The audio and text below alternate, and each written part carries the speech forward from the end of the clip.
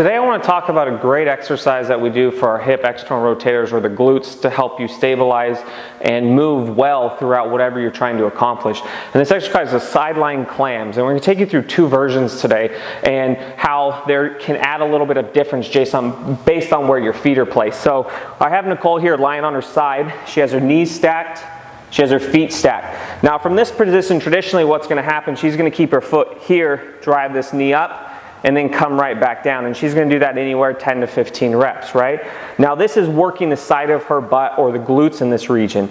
Like we talked about, this allows to stabilize that knee, so when you step, walk, and run, there's going to be a little less tension around the hips and the knees.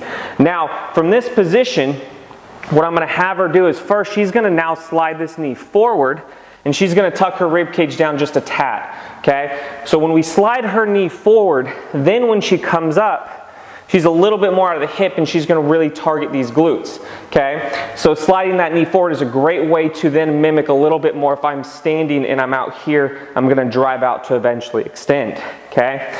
Now, what I really like about Sidelying Clams beyond these glutes position is it works a lot with what we're trying to accomplish overall with walking, running, and sprinting.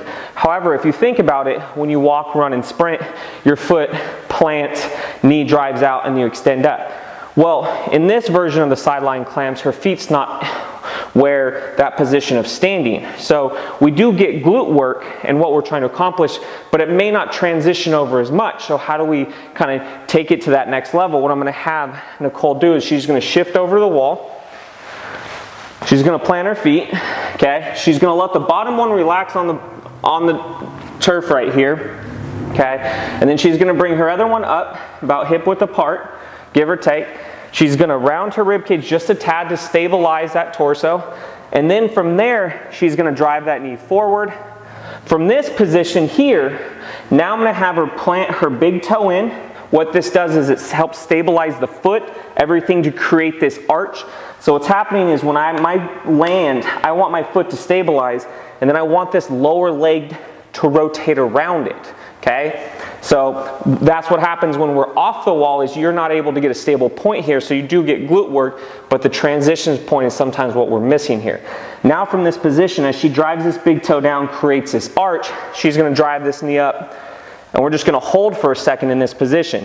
So like we talked about, there's various ways to do these exercises. You can do iso holds, what she's doing here, or she can relax, plant the big toe, drive knee up, pause for a second, come back down, plant, and drive up. So the key with this version is what's going on with the foot. So if I were to go and step and land, if my foot doesn't stabilize well, it's going to be hard to drive that knee out to drive into extension here. So this version of the Sidelying Clams helps transition to that standing position. So you want to make sure when you're doing this exercise, keep that foot planted, nice there. Drive that knee forward a tad, because once again, we're trying to be in that landing phase there. And then the key is press big toe down, drive this knee up. You can pause, or you can just go down, relax, plant, and go over.